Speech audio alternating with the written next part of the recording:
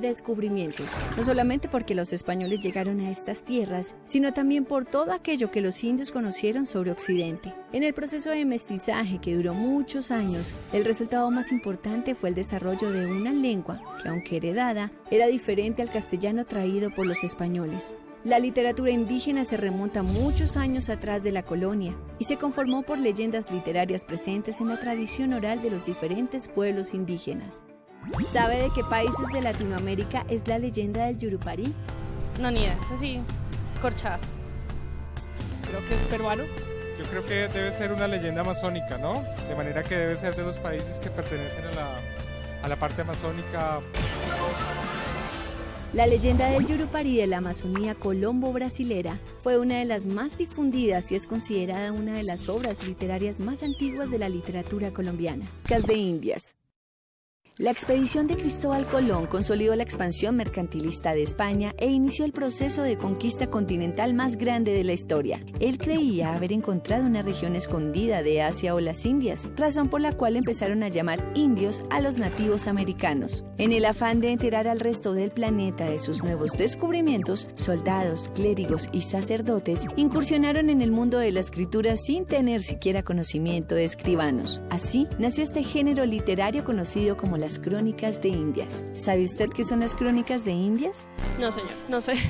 Los cronistas no. No. Sí, fueron los primeros españoles que llegaron a Colombia e hicieron unos relatos acerca de lo que veían acá, acerca de plantas y también cómo convivían los indígenas al momento de la conquista.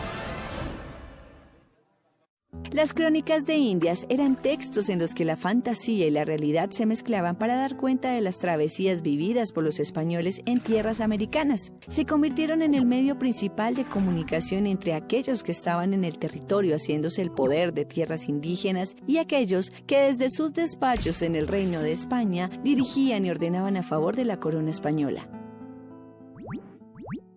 Las crónicas llegan al nuevo Reino de Granada con los conquistadores. Son crónicas de la conquista y están contando dos cosas: las maravillas del conquistador por un lado, y son informes para el rey para que él conozca las tierras, los recursos y los súbditos. Don Juan de Castellanos fue uno de los primeros en escribir crónicas sobre el territorio que hoy es Colombia. A finales del siglo XVI escribió sus Elegías de varones ilustres de Indias, libro que relató las historias de hombres como Cristóbal Colón en su paso por las costas colombianas y el proceso de conquista y colonización de Cartagena de Indias, Popayán, Antioquia y Bogotá. Podríamos decir que hay crónicas de la conquista, hay cartas de viajero, hay informes de viajero, hay cartas de relación como las de Hernán Cortés, y hay al final del periodo colonial lo que vamos a empezar a denominar papel periódico como la bagatela. Sin embargo, los nativos americanos que habitaban nuestras tierras ya llevaban siglos transmitiendo sus relatos a través de una larga y valiosa tradición oral, desde muchísimo antes de la conquista española. Es un insumo fundamental para hacer historia, en tal medida que ahora los nuevos grupos indígenas surgidos a partir de la Constitución de 1991 utilizan las crónicas de la conquista para saber cómo eran los indígenas y autorreproducirse. Hay un neoindígena producido a partir de las crónicas de la conquista.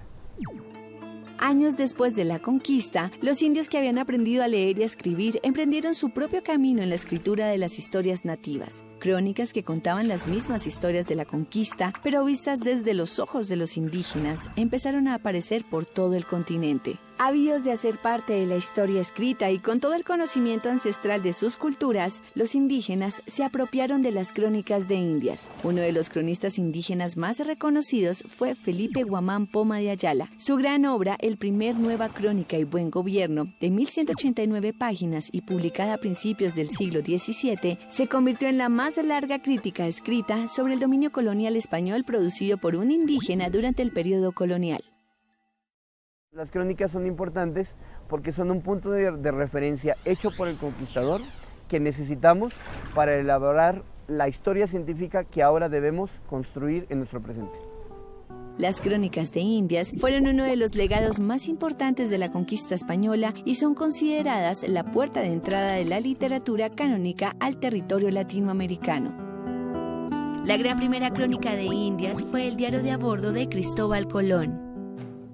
Juan Rodríguez Freile escribió El Carnero, redactado a mano a mediados de 1636, una crónica sobre la conquista española y la vida tal y como era en la primera sociedad colonial. Nacida en 1671 en la ciudad de Tunja, la religiosa Francisca Josefa del Castillo escribió versos inspirados en su relación con Dios, a los que llamó afectos espirituales, y con ellos se ganó el nombre de una de las primeras escritoras colombianas. Bueno, las primeras obras literarias en Colombia vienen lógicamente de los mitos indígenas, y queremos hablar en términos cronológicos. Sin lugar a dudas, cuando llegaron los españoles aquí encontraron una serie de historias. Esas historias, probablemente una de las más importantes, son las leyendas de Yurupari, que son historias del Amazonas colombo brasilero. La literatura de la independencia de Colombia se conformó por investigadores y científicos como José Celestino Mutis y Francisco José de Caldas, mientras otros personajes influyentes como Camilo Torres y Antonio Nariño establecieron en sus textos miradas críticas del gobierno español. La literatura del siglo XIX colombiana estuvo ligada a la conformación de un proyecto nacional después de los procesos de independencia.